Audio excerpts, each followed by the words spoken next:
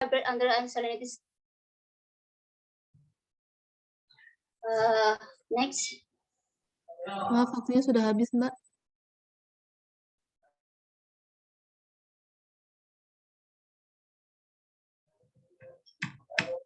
Presentation.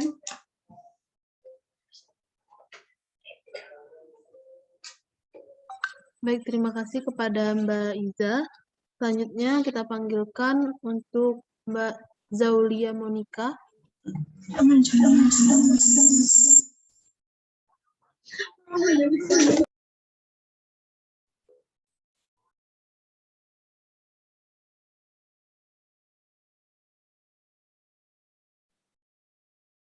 Kepada Mbak Iza mungkin boleh di stop share screen dulu.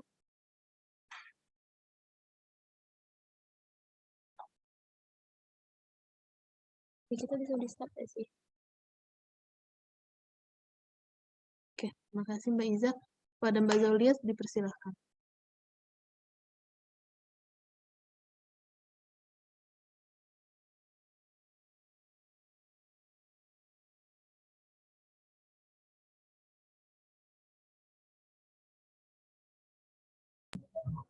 Thank you for the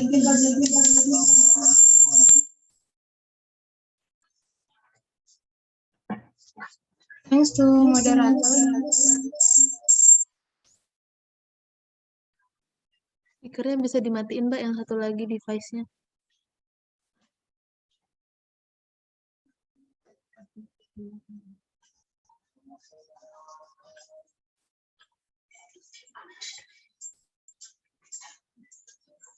Thanks to moderator.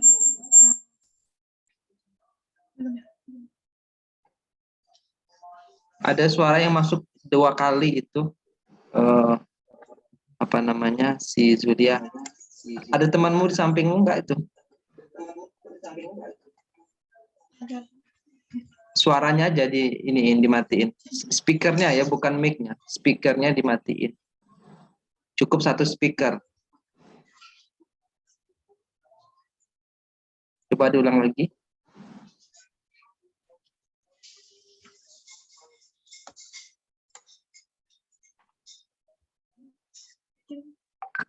Moderator.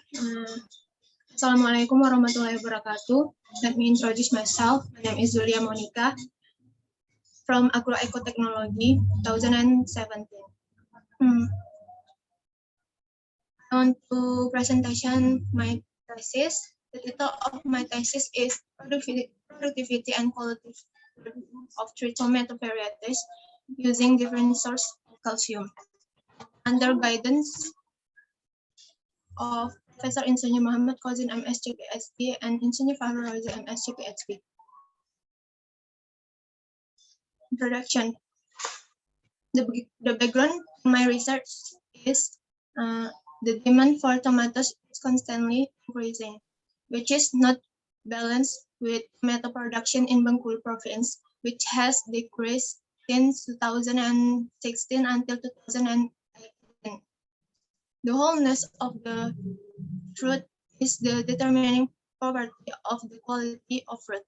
Blossom and roots and fruit cracking are most frequent on tomato plants, thus reach up to 10% of the total crop.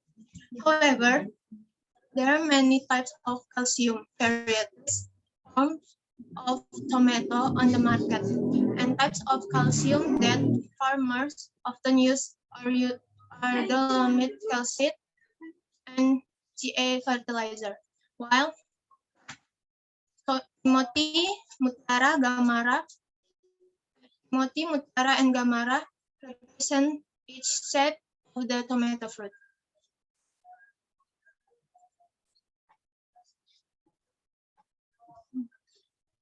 The purpose of my thesis is comparing the productivity and quality of the fruits of the 3 varieties of tomato applied with calcium from different sources. Methods. The research took in Medan Baru in January until June 2021. Trial design. Experiment design used in this research was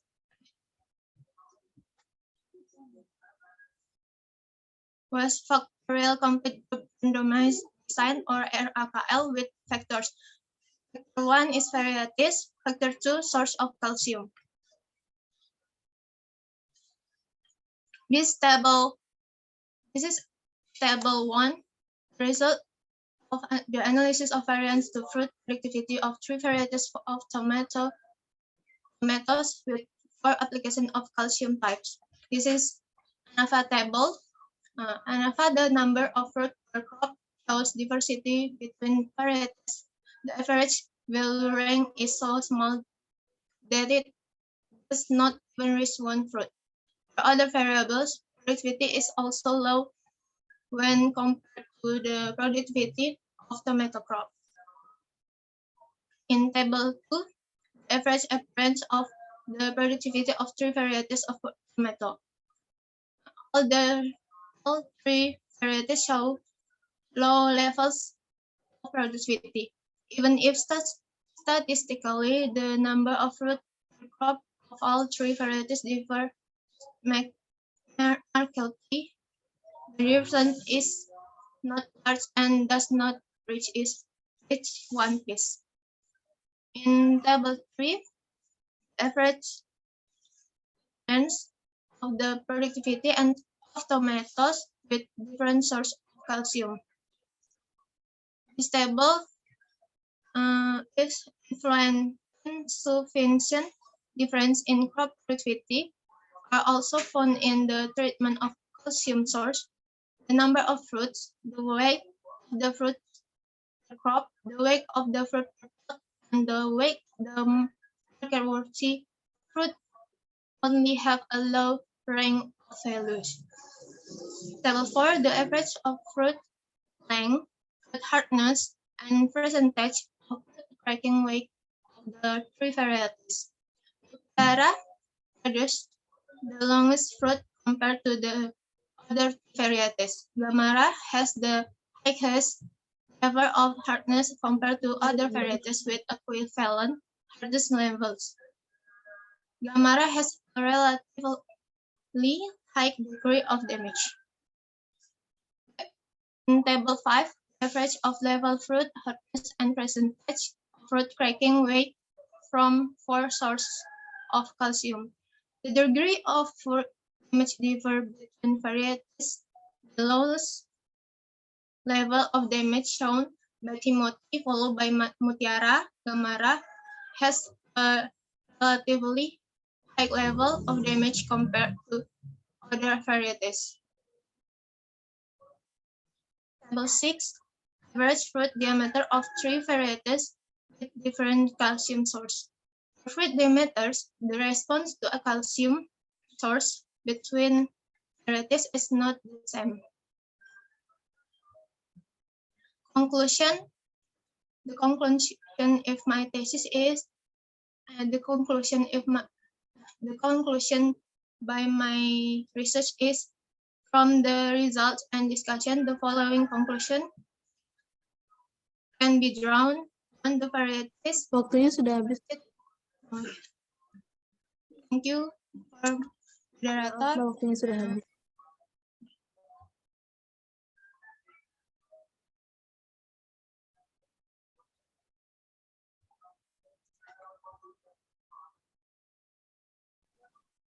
Baiklah, terima kasih kepada Mbak Iza Priasti. Mbak Zaulia Monika. Selanjutnya kita dengarkan presentasi dari Mbak Cynthia Reva Mardela. Pada Mbak Cynthia dipersilakan.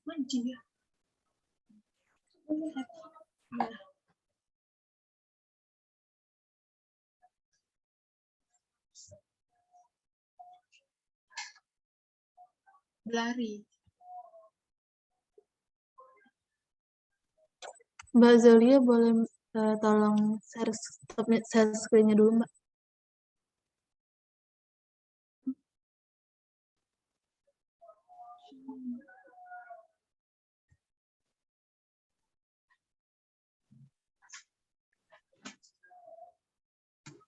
Baiklah, karena Mbak Cynthia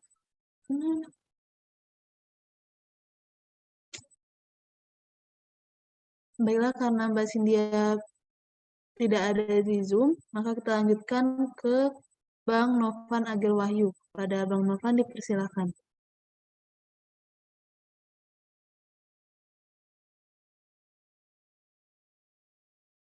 Apakah share screen saya sudah bisa dilihat, moderator?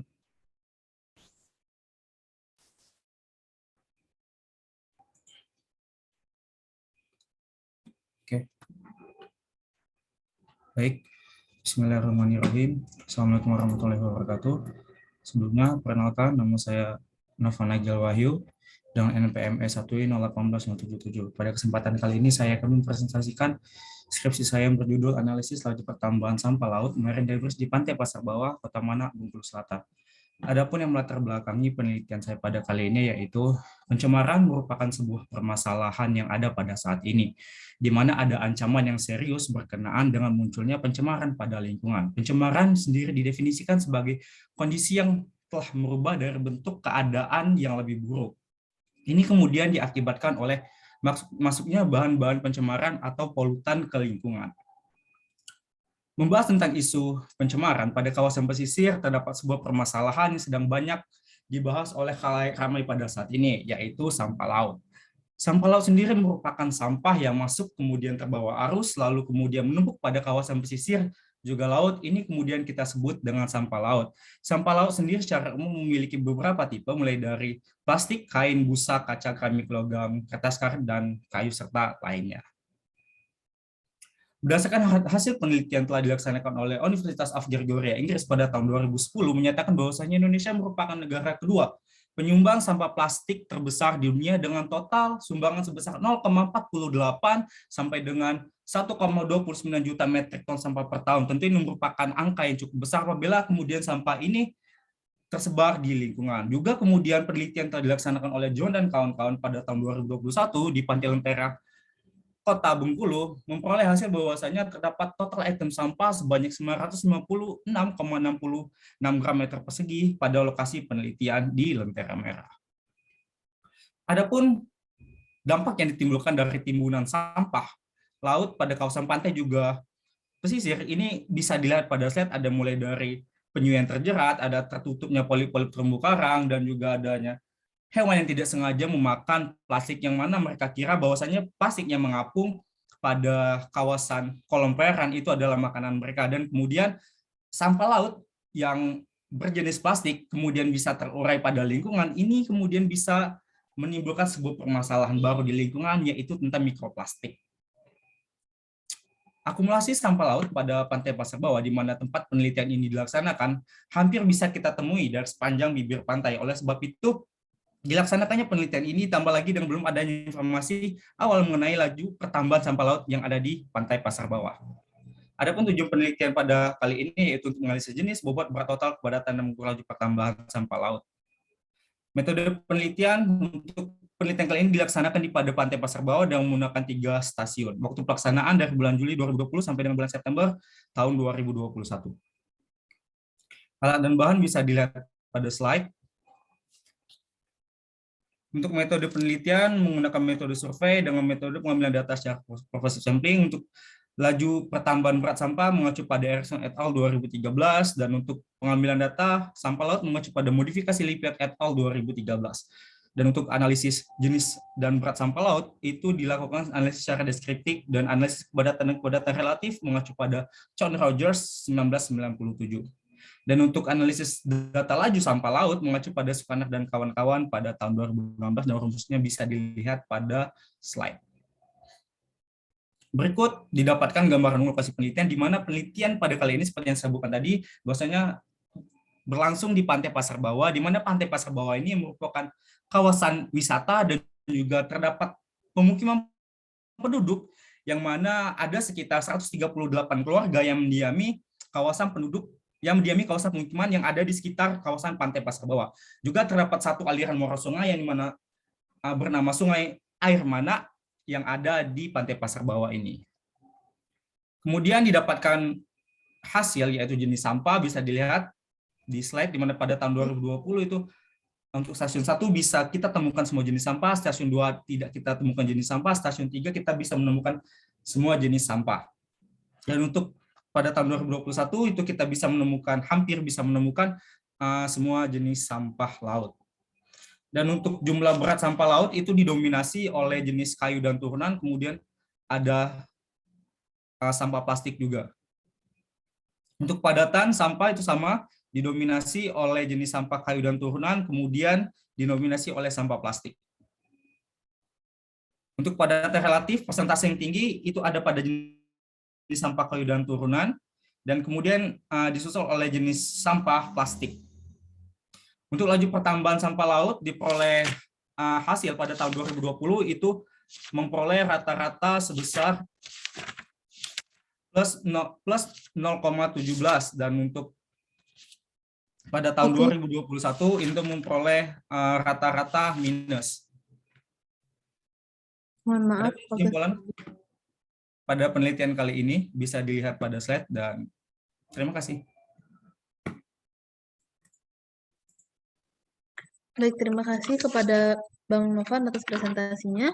Selanjutnya kita masuk ke sesi diskusi kepada Ibu Nurmelia. Dipersilakan untuk memulai. Ya, baik, terima kasih moderator. Jadi kita ada 3 ini, ada Iza, ada Zulia, kemudian Novan. Iza dan Zulia ini dari Agroekotek, Novan dari Kelautan ini ya. Nah, pertanyaan untuk Iza, ini penelitiannya dilakukan untuk menguji beberapa varietas cabai, begitu ya? Konfirmasi dulu nih. Ya, Bu. Jadi tidak ada perlakuan apa ke varietas-varietas tersebut, tidak ada ya? Ya, Bu. Ya, Okay. 10 varietas cabai. Alright.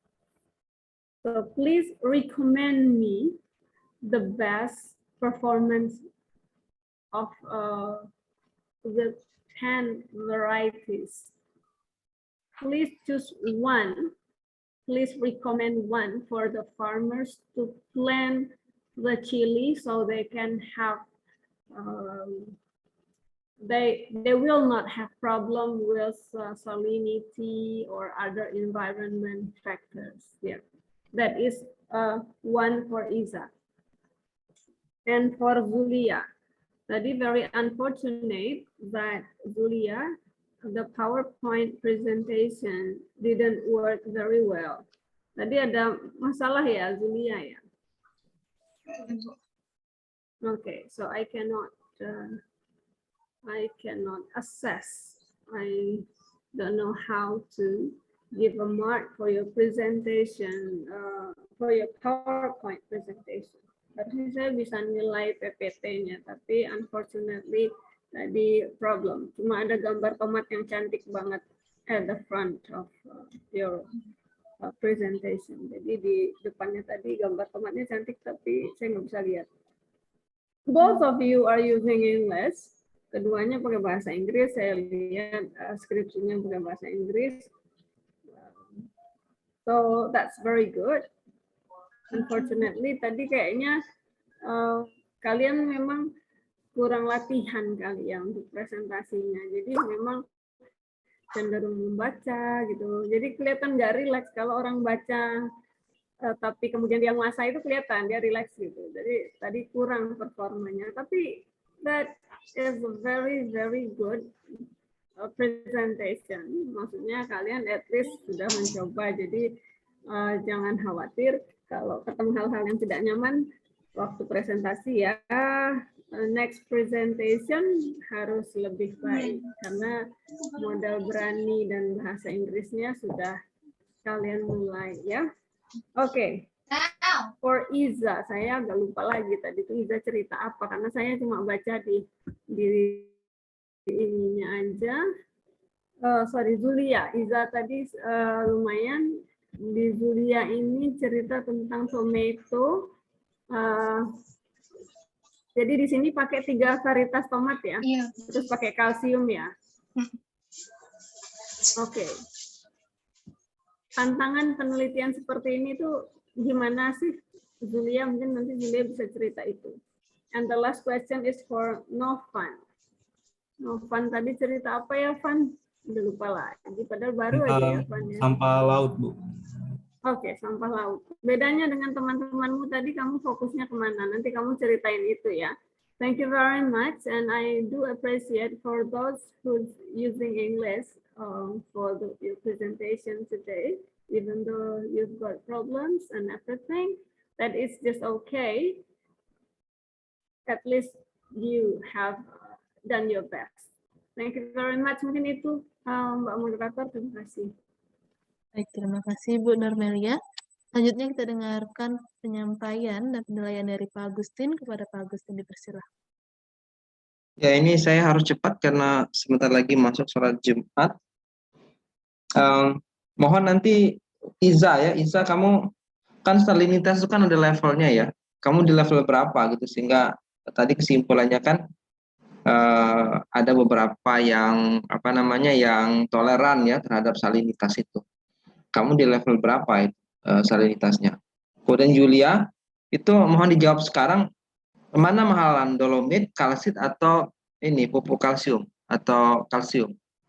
Mana yang paling mahal? Terima kasih Pak. Saya izin menjawab. Yang paling mahal itu pupuk kalsium Pak. Kalsium. Berapa Iya, pupuk. harga dengan dolomit dengan kalsit?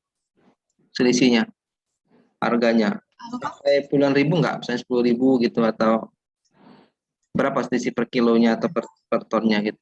Karena ini nanti menentukan. Kamu bilang dia sama, tapi kalau harganya beda kan tentu ada kecenderungan orang untuk ini ya, untuk memilih jenis yang murah.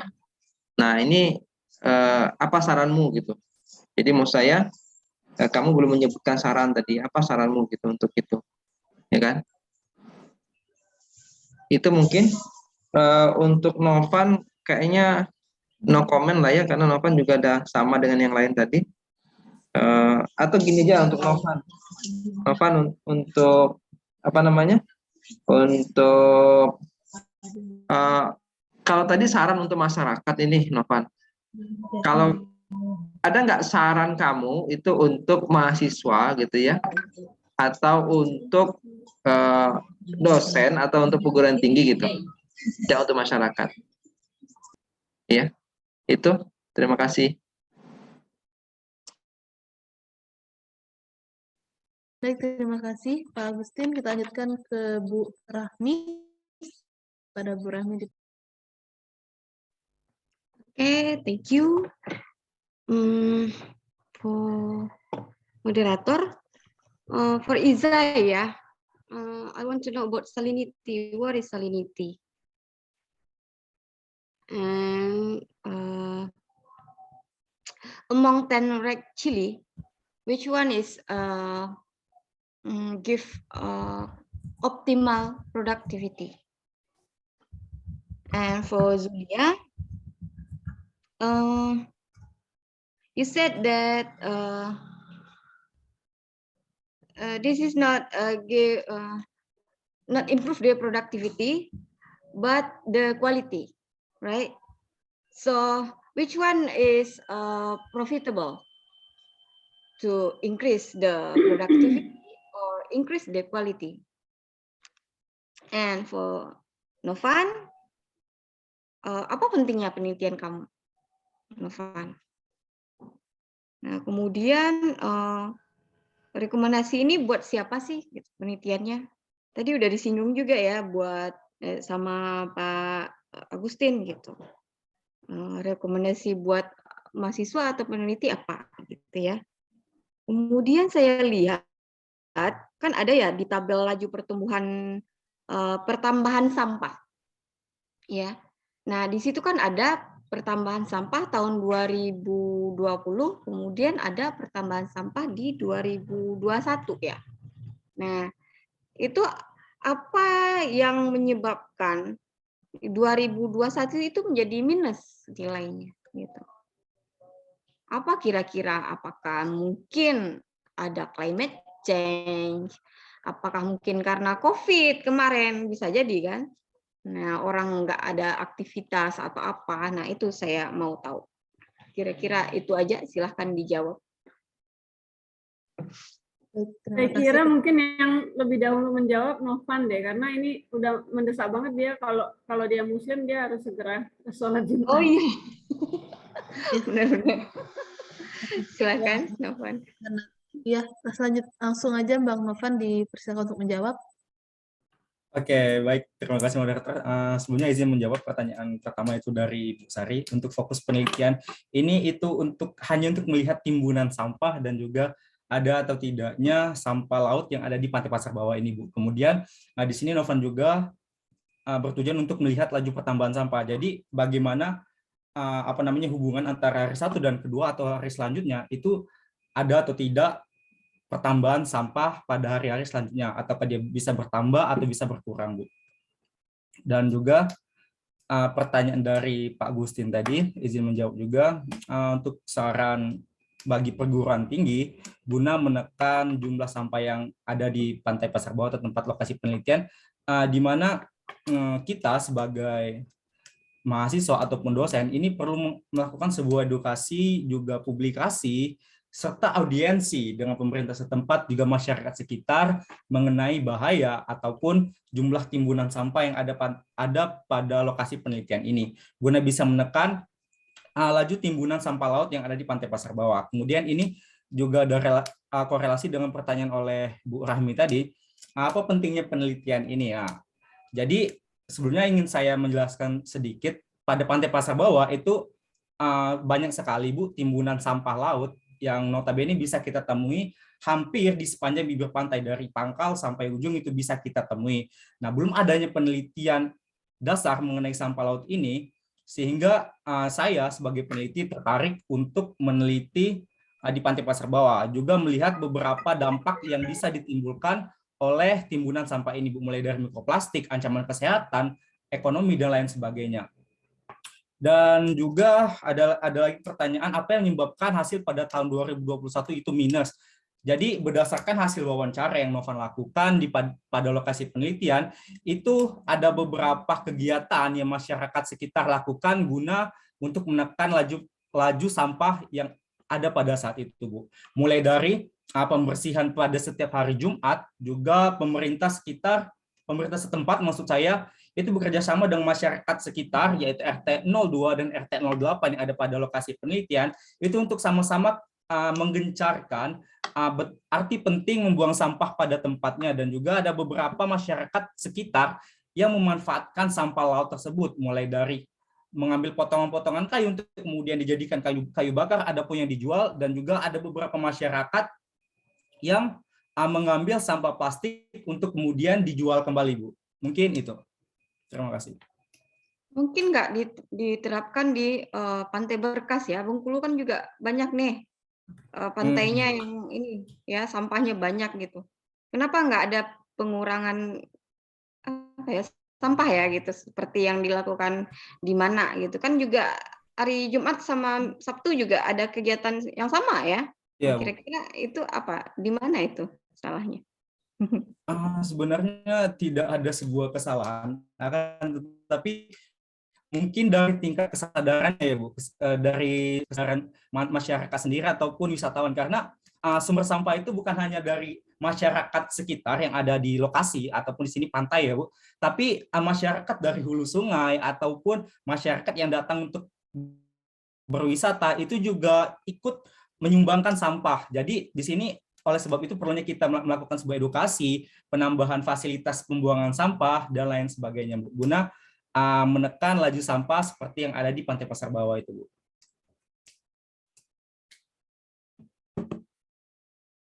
Oke, Bu. Baik, terima kasih Bang Novan. Selanjutnya pertanyaannya bisa dijawab oleh Mbak Iza. Pada Mbak Iza dipersilakan. Baik, terima kasih kepada moderator. Baiklah, saya akan menjawab pertanyaan dari Ibu Nurmelia. Pertanyaannya tadi yaitu satu genotipe tanaman yang direkomendasikan. Menurut hasil dari penelitian saya, Bu, genotipe yang paling bagus itu adalah H14, karena berdasarkan hasil H14 itu memiliki diameter diameter buah, panjang buah, jumlah maupun bobot buah itu lebih tinggi dibandingkan dari genotipe yang lainnya, Bu. Seperti itu, Bu. Terima kasih. Ya, terima kasih. Baik. Dan terakhir untuk tanggapan dari Mbak Zaulia, dipersilahkan. Terima kasih kepada moderator. Sini saya ingin menjawab pertanyaan dari Bu Nurmelia Sari, yaitu apa tantangan penelitian ini? Selama saya penelitian, yaitu terdapat hama yang tidak terkontrol.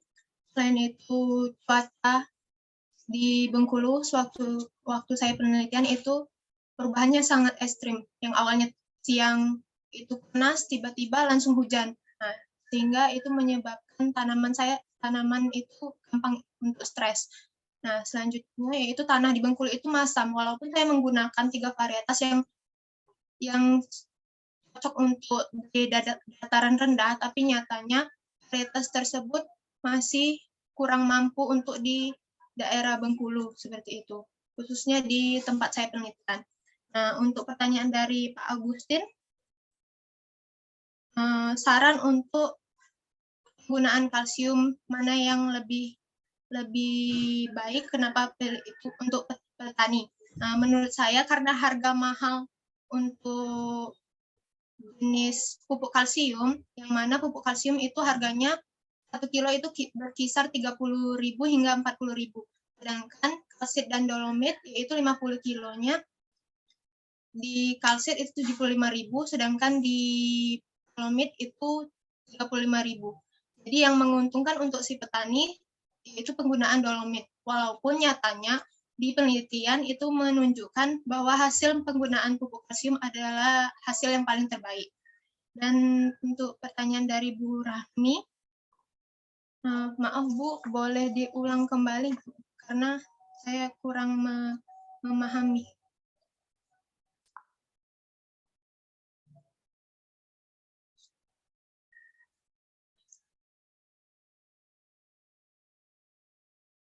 Enggak dengar. Baik, kepada Bu Rahmi. Masih mute, Bu. Oh iya, maaf, mohon maaf. Nah, tadi pernyataannya Zulia bilang kalau hal ini tidak meningkatkan produktivitas buah, tapi kualitas ya dalam penelitiannya. Nah, jadi pertanyaannya mana yang lebih untung? Meningkatkan produktivitas atau meningkatkan kualitas nih? Gitu.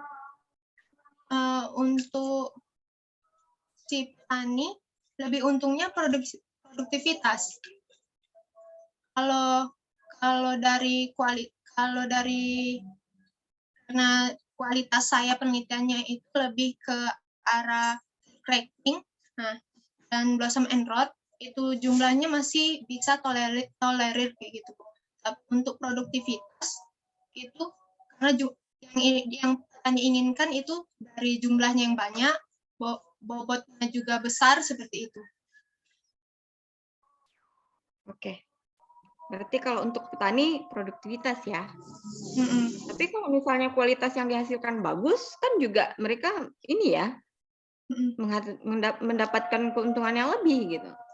Iya, sehingga mereka menggunakan varietas yang toleran di Provinsi Bengkulu ini, seperti itu. Oke, makasih Zulia. Sama-sama, Bu. Baik, terima kasih Mbak Zulia. Ibu Nurmelia Sari masih ada, Bu? Apa saya kurang dengar ya tadi? Iza, Bu Nurmelia, saya lihat tadi Iza belum jawab pertanyaan saya deh.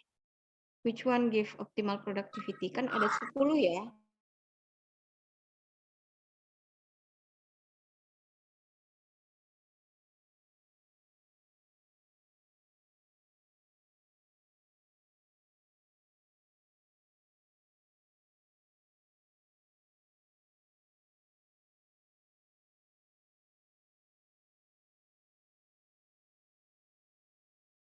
Maupun tanah, Bu. Kemudian dari hasil penelitian saya, produktivitas yang paling tinggi yaitu pada genotipe H14 yang sudah saya sebutkan tadi, Bu, karena pada genotipe tersebut produktivitasnya seperti diameter buah, panjang buah, jumlah buah, serta bobot buah itu lebih banyak atau besar dibandingkan genotipe yang lainnya. Terima kasih, Bu. Oke, berarti ini bisa direkomendasikan ya di penelitiannya kalau ini yang produktivitasnya lebih tinggi gitu ya. Oke. Terima kasih ya, Iza. Terima kasih, Bu. Baik, terima kasih Bu. Apakah masih ada dari Dewan Juri? Nah, cukup, Mbak Moderator. Oke.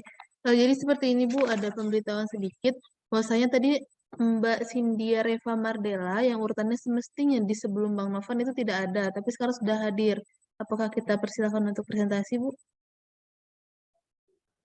Ya, saya kira bisa kita persilahkan aja. Jadi berapa lagi pesertanya, Mbak Moderator? Tinggal satu, Bu, Mbak Cynthia. Oke. Yang Heru dan lain-lain itu nggak jadi mengikuti ya? Enggak, Bu. Sampai sekarang belum ada di room Zoom. Oke. Baik, kita persilahkan peserta terakhir untuk presentasi. Ya, Baik, kepada Cynthia dipersilakan, Bu.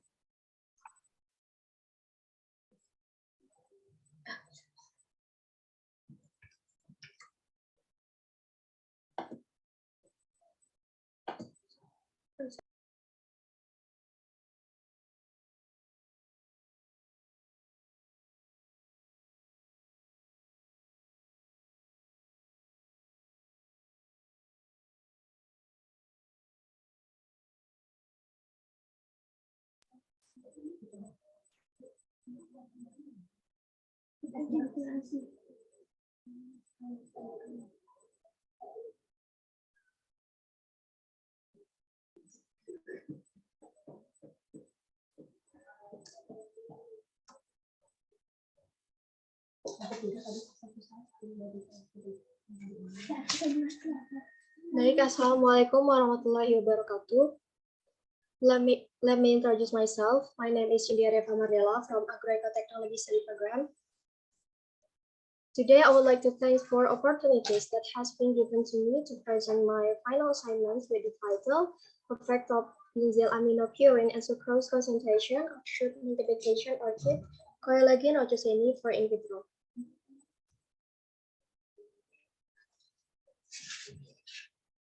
Indonesia has a diversity of natural orchids, but their population in nature is decreasing and have highest extinction risk up to 39%. One of them is the Coelagin rogoseni orchid. Efforts to propagate Coelagin rogoseni need to be carried out through tissue culture techniques by modifying the culture media in order to produce plants with high multiplication by adding benzylaminopurin and sucrose. This study aimed to determine the optimum concentration of the AAP and sucrose in stimulating shoot multiplication of the Coelagin rogoseni orchid. The research was carried out from January to June 2021 at the Agronomy Laboratory, Division of Biotechnology and Plant Tissue Culture, Faculty of Agriculture, University of Bengkulu. The experimental design uses a completely randomized design with two factors. There are the AP and sucrose concentration, and each treatment was repeated 3 times. These are the stages of research. There are sample preparation, media preparation, sterilization, planting, and maintenance. Data analysis was done by analysis of variance followed by analysis of orthogonal polynomial at 5%. And these are variables observed in my research. Next, the results.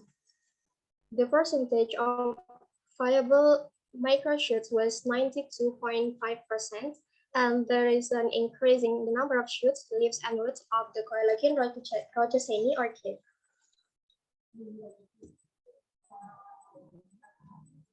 These are the pattern of increasing the number of shoots at various concentration of the AP and sucrose, and with a summary of analysis of variant results. This is a graphic of the AP and sucrose concentration of the number of leaves of Coelogynogosini, it is suspected that BAP works synergistically with 60 gram per liter sucrose in cell division so as to stimulate the growth of the number of leaves. The number of leaves formed in its plant was controlled by the balance between growth regulators, both those contained in the explant and those absorbed from the media. And this is a graphic of the effect of the AP concentration on root length of Coelogynogosini. That's on the graph. The increase in root length of the Coelogynogosini is not affected by the AP treatment. It is suspected that the use of cytokinins couldn't stimulate rooting. And this is the graphic of effect of the sucrose concentration on root length of Coelogynogosini. It is suspected that at the beginning of the growth of the Coelogynogosini microshoots, it requires a sufficient supply of the sucrose because the microshoots are still heterotopic. However, when microshoots are able to make their own food, then the need for sucrose supply needed by microshoots is reduced. This condition causes cell elongation to be inhibited along with the increase in sucrose concentration, so that root length will decrease. And the conclusion, the optimum concentration of BAP and sucrose has not been obtained to stimulate shoot multiplication of Coelogynogosini. That's all about my presentation. Thank you for your nice attention. Wassalamualaikum warahmatullahi wabarakatuh. Waalaikumsalam warahmatullahi wabarakatuh. Terima kasih Mbak Cynthia. Karena hanya satu, jadi langsung saja kita dengarkan penilaian dari para dewan juri. Yang pertama bisa dimulai dengan Bu Rahmi. Kepada Bu Rahmi dipersilakan.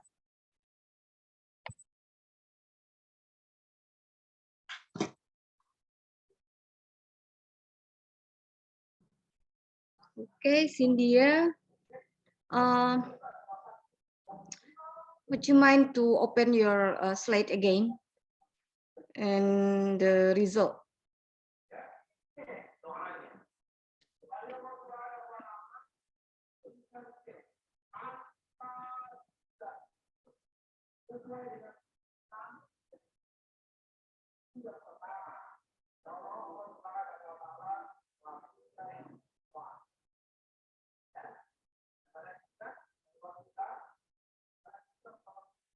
Okay. So based on these results, what is recommendation you can give to us based on your result for researcher, for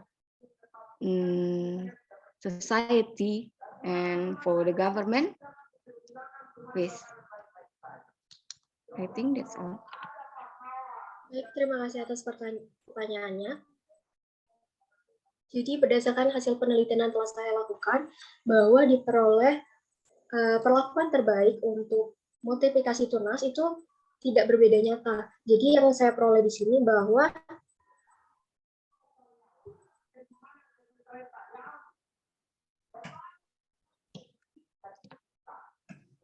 perlakuan terbaik itu adalah B3S60 atau perlakuan dengan BAP 3 ppm dengan sukrosa 60 gram per liter itu untuk meningkatkan jumlah daun Coelogynogosini.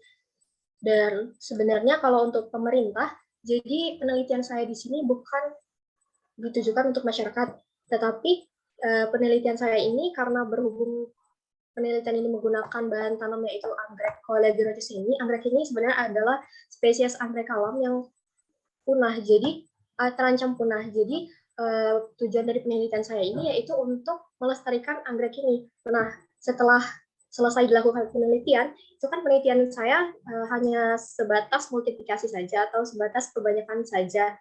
Nah, itu bisa dijadikan penelitian lanjutan untuk kedepannya agar anggrek yang sudah dimultiplikasi tadi bisa diaklimatisasi. Nah, untuk aklimatisasi, setelah diaklimatisasi, mungkin untuk pemerintah agar anggrek ini tidak terancam punah, mungkin bisa bekerja sama dengan BKSDA untuk mempertahankan anggrek tersebut. Okay. So the important things from your research is what? Why research is important? Karena dari hasil penelitian saya itu dapat melestarikan tanaman anggrek alam ini yang sudah terancam punah. Gitu. Oke, thank you. Baik, terima kasih kepada Bu Rami. Selanjutnya kepada Bu Nurmila Sari. Persilakan.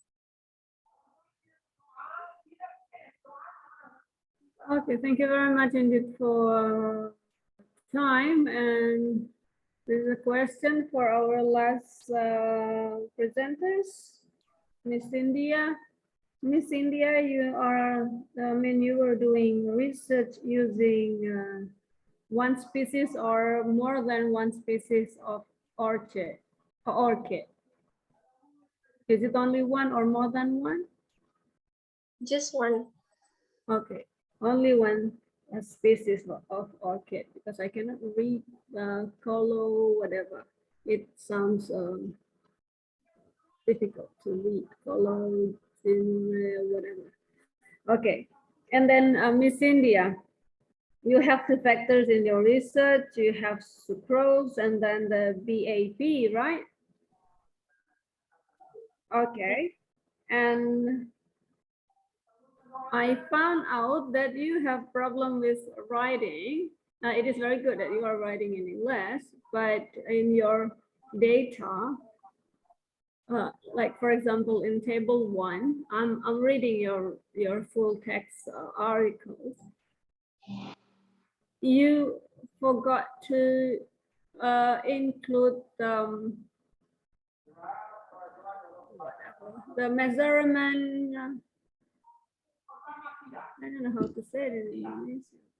In English. So you forgot to write or to include the measurement. What is that again? Jadi Anda tuh lupa di tabel-tabel Anda itu untuk mencantumkan satuan. Jadi misalnya di situ ada panjang akar, tinggi tunas, jumlah tunas, berat tunas, itu sama sekali nggak ada satuan. Jadi itu akan menjadi pertanyaan apakah sentimeter atau milimeter. So, ya, jadi yang seperti itu for you to pay attention for. Okay, is that clear? Ya, Mbak Cindy ya? Ya. Okay, yeah. You have practice. I believe that you did some practice before you present, before you make a presentation today. Tapi unfortunately, you didn't. I mean, I really want you to speak more English. Jadi waktu presentasi tadi itu udah bagus, walaupun saya tahu itu udah latihan, kemudian ada membaca gitu. Tapi itu bagus, namanya kita usaha. Tapi juga upayakan untuk bisa answer in English gitu. Karena tadi saya berharap tadi pas Bu Rahmi bertanya bahasa Inggris, Mbak Cindy ini ngomongnya langsung bahasa Inggris gitu. Ternyata dia lebih memilih zona nyaman dan aman. Emang aman dan nyaman kan kalau kita pakai bahasa kita. Okay, I think it is a very quite long. It takes like months for your research, or how long was it? Yeah, January until June. January to June. So it takes like 5 months for your research. Is that only for the growth, for the growth of your tissue culture, or is that, I mean, the 5 months is also including the preparation, the data analysis, or Please tell me about your research. Jadi sebenarnya penelitian ini dilakukan 2 kali. Penelitian awal itu ada gagal karena tanamannya mengalami stagnan gitu kan. Jadi saya menanam ulang dan mendapatkan hasil yang ini. Oh, okay. So 5 months is for twice trial. Yeah. Oh, okay. All right. Thank you very much, Cynthia. And also for all the participants, I invite you to join IUCA, that is international conference for undergraduate students. Jadi bagi yang partisipan hari ini, saya harap bisa ikut IUCA. IUCA itu International Conference untuk mahasiswa S1. Itu akan dilaksanakan di September. Mungkin Anda nanti sudah lulus, tapi saya kira itu adalah kesempatan bagi kalian untuk bisa ikut. Kalau hari ini kita cuma presentasi di lomba skripsi, nah nanti di sana kalian bisa presentasi sebagai peneliti yang sudah punya topik. Jadi ini ada 18 dikurangi kita bertiga atau berempat, jadi pesertanya tuh banyak ya sebenarnya. Jadi saya harapkan semua yang ikut hari ini, sayang kalau tidak melanjutkan ke international conference karena nanti kalian punya sertifikat sebagai minimal peserta. Kalau menang itu akan lebih bagus. Jadi kalau dapat info international conference untuk undergraduate students dengan topik agriculture itu tolong untuk diikuti. Mungkin itu pesan sponsor terakhir ya Mbak Moderator. Terima kasih Mbak Cindy, sukses untuk semua adik-adik mahasiswa yang hadir hari ini. Saya mengapresiasi kalian, waktu dan upaya kalian untuk sampai titik ini. Demikian Mbak Cindy, kembali ke moderator. Ya, Terima kasih Mbak Cindy. Dengan berakhirnya diskusi dari Mbak Cindy tadi, maka berakhir pula presentasi lomba skripsi kita pada hari ini dengan hasil akhir itu 22 orang peserta dan 3 orang yang tidak hadir. Dan sebelum tadi Pak Agustin izin pamit sholat, ada pesan sedikit Ibu untuk evaluasi akhir dari tim juri. Maka sebelum tutup, kami mempersilahkan kepada kedua tim juri yang masih ada di sini untuk memberikan evaluasi akhir kepada peserta. Dipersilakan. Ya, silakan Bu Rahmi. Apa ya Bu? Saya pertama sekali ya mungkin apresiasi ya sama seperti yang Bu Sari sampaikan tadi. Kalau mahasiswanya udah berani gitu. Udah berani untuk mempresentasikan, menampilkan gitu hasil penelitiannya gitu. Nah, untuk usaha ini ya kita apresiasi. Nah, untuk ke depannya gitu. Mungkin teman-teman yang ikut sekarang bisa berbagi ilmu ya ke teman-temannya yang lain, mungkin yang belum ikut atau adiknya gitu. Gini loh situasi ujiannya, ini loh yang harus disiapin gitu. Jadi apa ya? Untuk kedepannya jadi lebih berkembang, ini lebih baik gitu. Nah, kemudian apa yang didapatkan hari ini, nah nanti kan ada kompetisi ya yang seperti disampaikan sama Bu Sari tadi. Nah ikutlah gitu. Walaupun mungkin fokusnya nanti bukan jadi researcher, mau jadi PNS deh gitu, atau mau jadi ikut kerja di perusahaan swasta gitu ya. Tapi ini kan sebagai pengalaman, menambah CV ya Bu ya. Ya, Jadi mau jadi istri pengusaha misalnya. iya.